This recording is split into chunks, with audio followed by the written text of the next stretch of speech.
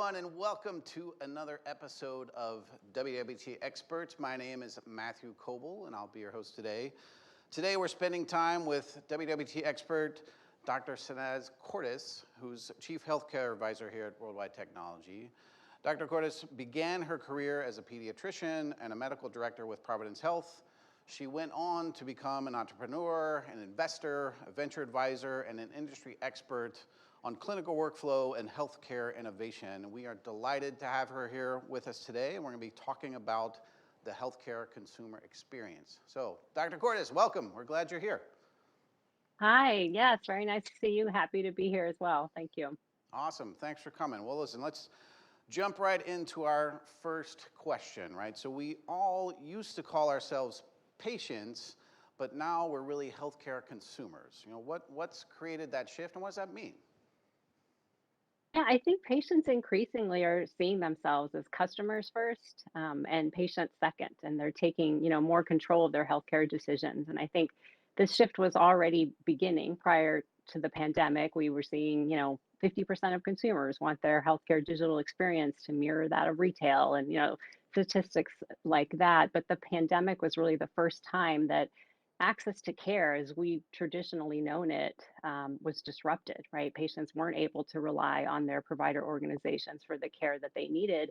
And so it really forced them to take charge and start navigating their own care decisions. And so I think from a digital perspective, it was the first time for many folks to use tools like the, patient portal or the provider provided, telemedicine apps and symptom checkers and things like that. And they quickly realize, wow, these tools are a far cry, from what we're used to with the superior sort of self-service experience that we have with, retail, Open Table, Amazon, Vagara, Panera, all those apps. And so, I think that definitely moved the needle. And then I think also just the reshaping of the perception of care site.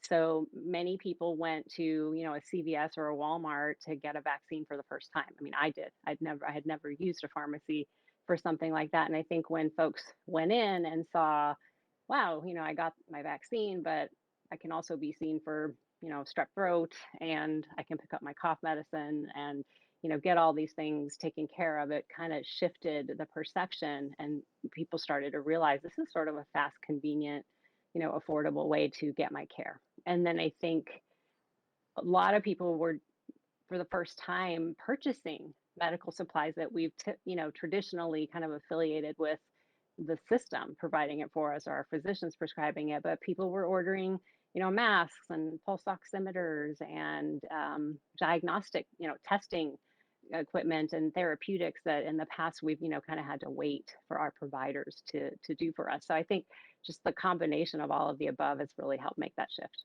Yeah. And I personally like that that's going on because, it feels like it's putting a little more control in our hands relative to our healthcare. So what does the digital marketplace for healthcare look like today, and where do you see it headed? Yeah, so in the framework of this discussion, around the consumer experience kind of conversation, whether we call it a marketplace or a digital front door or just a portal, we're really talking about that sort of single, unified sort of digital entry point for patients to engage with their health system in between sort of traditional in-person care where they're interacting and are scheduled to receive care. So truly, patient engagement. And in my opinion, it really should sort of be viewed as a storefront, just like anything else, right?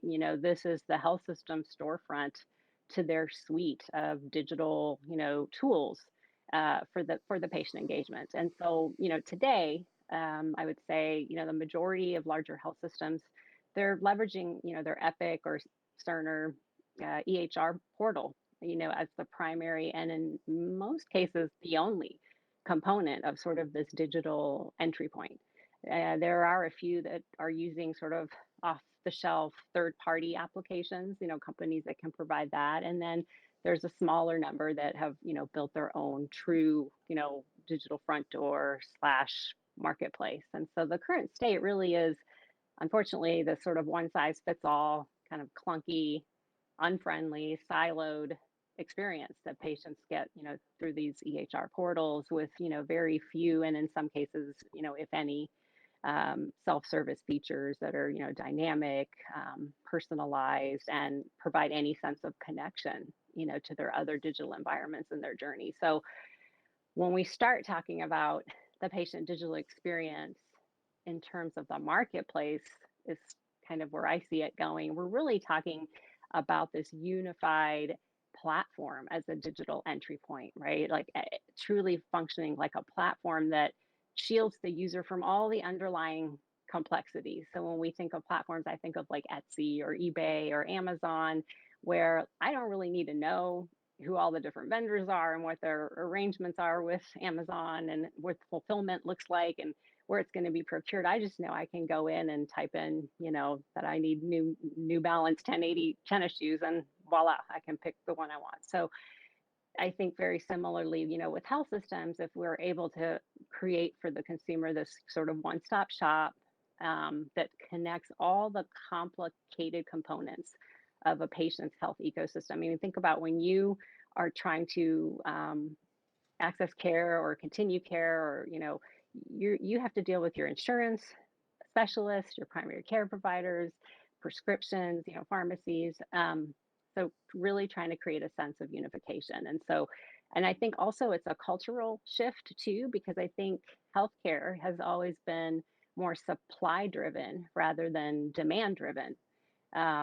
Your ability to see a certain doctor or get a certain procedure is completely dependent on the supply, right? On the schedule and the availability. And I think now that we're moving to so many more things being digital and self-service, it's a consumer driven model. And I think that is only capable, only possible to happen when you have these sort of digital pathways in place. And so a real marketplace is personalized, it's fully self-service. It's more than just seeing my records and messaging my care team. It's things like, me as the patient verifying insurance eligibility of what service I can get, wellness apps that are relevant to me and my diagnoses, pharmacy, and not just I'm requesting a prescription refill, but maybe take me all the way through the journey of I've ordered it and it's coming.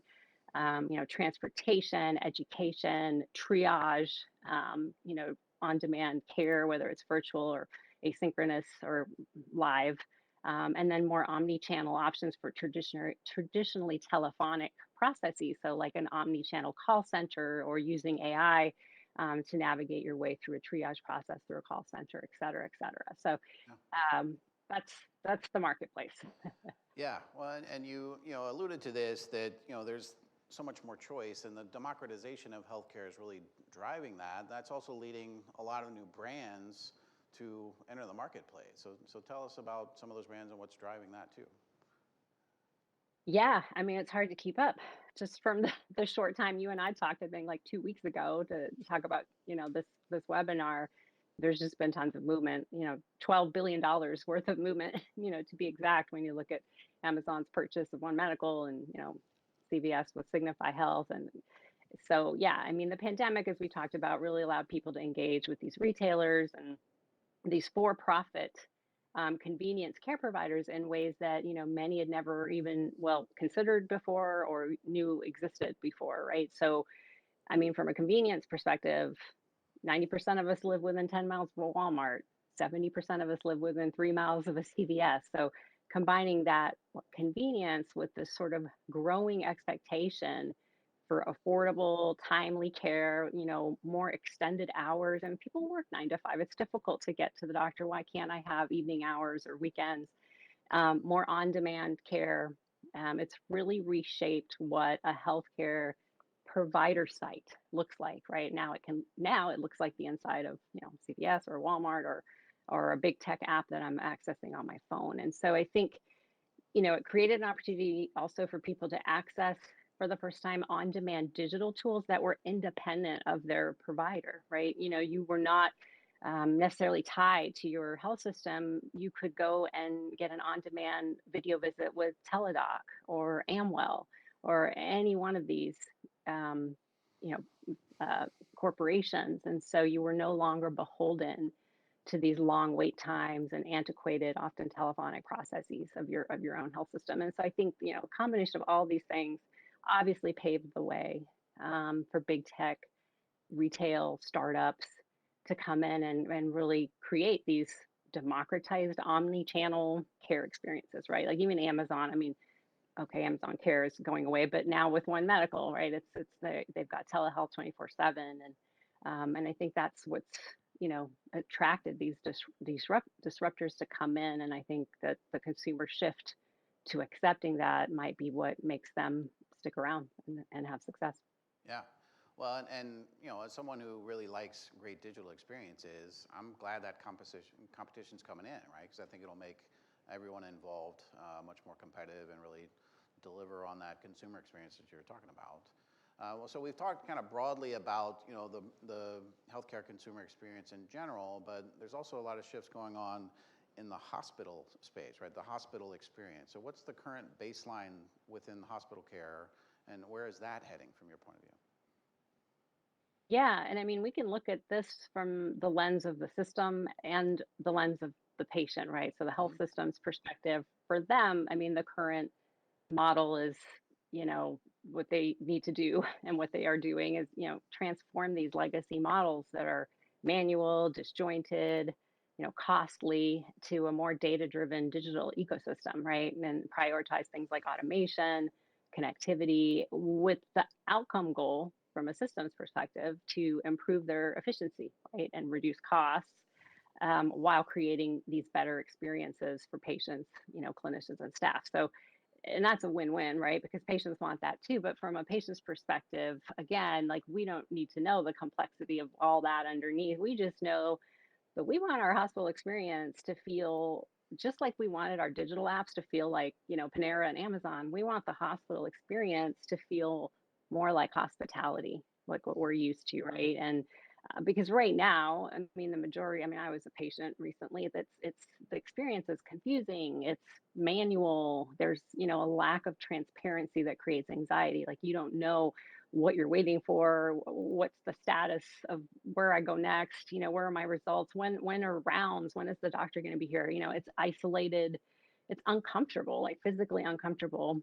And no this isn't anything like negative towards the folks themselves, but the system is still very much care team centric, you know, as opposed to patient centric. Because again, nursing rounds and vital signs happen at these times. The doctor will round at these times. You know, your team will be available at these times. It's not patient centric, right? And then if we think about, you know, I'm a pediatrician, so if you think about, you know, families and caregivers, their experience may be secondary, tertiary, or, you know, maybe not even considered at all. um, but I think future state, and for us, you know, we have really privileged to be able to work with some customers that are already on this journey to get to future state, is uh, it's going to like have a lot of components, right? So from a digital perspective, like a contiguous digital experience, like my inpatient experience, maybe that journey can begin at home with check-in and, you know, onboarding, registration, et cetera. Like those things can start at home before I arrive. You know, get me where I need to go. That's what I call kind of the next bucket. So traffic, wait time, navigation, you know, parking, arrival notification, like I'm here. So somebody should know I'm here, right? And having that right person know that. And then wayfinding, like getting to where I need to go. And then just in room experience, right? Like hospital rooms are cold, you know, they can be too bright, they can be too dark. So ambient control, entertainment, you know, options, having that be more comfortable and familiar, you know, and just additional things, just whether it's an iPad or a tablet or a foot wall, but having, you know, more personalized digital pathways, access to education, you know, smart communication with my care team, nursing, being notified of, well, as I mentioned earlier, when things are going to happen to me. And, you know, being able to access other parts of the hospital. You know, I want to be in charge of my dining. I want to be in charge of, um, you know, engaging with these other components that normally I'm beholden to schedules on. So it's also the case, we listen to the healthcare marketplace. You know, we also hear about talk about at-home care, value-based care, and healthcare systems and disruptors. A lot of people are talking about both of those things. And I'm curious if you can share your thoughts about that, and do those notions align with a great healthcare consumer experience, or are they in conflict at all? Yeah, I mean, again, this our conversation right now is so timely because if you're in healthcare and you own any kind of device, laptop or a phone, you can't get away from, 10 articles a day coming in about this topic right now, right? With CVS purchasing, Signify Health. Signify Health had Caravan already as an acquisition. So in addition to gaining, these providers and, 2.5 million patients also having access to technologies that provide analytics and things like that, Walgreens putting, an increased stake in CareCentrix. Best Buy, I think, bought a RPM company. So there's so much happening literally every day. And, in my opinion, I think if we talk about these non-traditional players, I think the acquisition of these home care companies really positions these non-traditional disruptors to do three things. One, with an entrepreneurial sort of startup, spirit, it positions them to be today where the market's going to be in a few years, right? Maybe 2 years, maybe five, but the market for healthcare is going to be closer to home. The whole model will be closer to home. So it really gives them that advantage of being there today. It also gives them, I think, a value-based care strategy, right, to capture these older populations, Medicare Advantage plans that are, risk-based. And then I think thirdly, it will attract payers who are, playing in the hospital at home space or venturing into it as an alternative model for them than just traditional health systems. So that's my opinion, sort of what's happening there. But I mean, in order to take on risk, they need data. So again, I mentioned Caravan Health, the analytics, that comes with that Signify Health purchase for CVS, that's clearly a play for them to do that. And then these for-profit corporations in general, like they don't have the burden of decades of legacy technologies, right? And then multiple EHR instances that don't talk to each other as a result of mergers, acquisitions. And they're just better equipped to be able to integrate, aggregate data, and get insights from it, and be able to use more modern technology solutions. So I talked a lot about the disruptors, but in terms of home care, so traditional health system, right? So yes, there's going to be competition. I mean, somebody like CVS, older populations, they want to age, in place. And if they do have to go somewhere, it'd be great to go somewhere less than 3 miles away, right, to get what I need to do. And then the payers, are going to be accepting, more value-based arrangements with these organizations. But and then also there's the risk of just losing healthier, younger patients to these non-traditional models because it's more convenient for them. And then that leaves health systems to the burden of these higher cost, sicker patients. So, but I think, it, it is easier, I think, to expand the care continuum into home care than to learn how to provide high quality, connected primary and multi-specialty care for patients with complex, comorbid conditions. And I think that's where health systems have obviously an enormous advantage because they're already doing that, right? They're already taking care of these patients and having to integrate the system across specialists and such to do that and provide high quality care. I'm not certain how that's going to work, right, with something with a model like CBS or others. So I think very really now the question for health systems is how quickly can you get to at-home care? And I think it's a stepwise approach. At least when we work with our customers, virtual care, video visits, that was like the first frontier. And then remote patient monitoring, setting people up with devices that capture data at home, et cetera, home-based infusion, dialysis, those things are already taking place. And then some hospital health systems are already even doing some acute hospital care at home. So the foundation is there. It's a stepwise approach. And I think traditional health systems have an advantage and then they can get there. And then, you asked, does this align with, the consumer experience? Is this good for the consumer? And I think in this case, what's good for the goose, right? Good for the gander, because health systems, reduces costs, less readmissions, helps them get more value-based opportunities. for consumers, right? So for older populations, they're closer to home, they're not in institutions. So yes, it's good. And for both chronic and acute care, regardless of your age, getting your care at home is better. And then, the patient may not even be aware of a value-based, model that they are in, but they will be aware of the data that we already have that's showing better outcomes, right? Less readmissions and ED visits, medical errors, for those value-based models. And then I personally think that as we shift care closer to home, as we take on more risk-based reimbursement models, we're more likely to address social determinants of health that are not traditionally addressed by episodic institutional care, because these new models adherence is so closely tied to social determinants, and adherence is so important when you are, evaluated based on keeping your population healthy. Yeah. Well, you've mentioned a couple times, and I totally agree with you, like there's a lot of complexity of the underlying technologies, and from the healthcare consumer standpoint, we don't care. But we're a worldwide technology, so we absolutely care. And I know that you know a lot about all the technologies that are really making for great healthcare experiences. So I wonder if you'd share with us some of the key technologies that make that experience great. Yeah, I mean, I think it starts with the bones of the house, right? So infrastructure, Hmm. really important that, our storage, our compute, our network, security, all these things are ready to, support this movement, this increase in digital engagement and all these tools that we're talking about. So yeah, I would start with, infrastructure.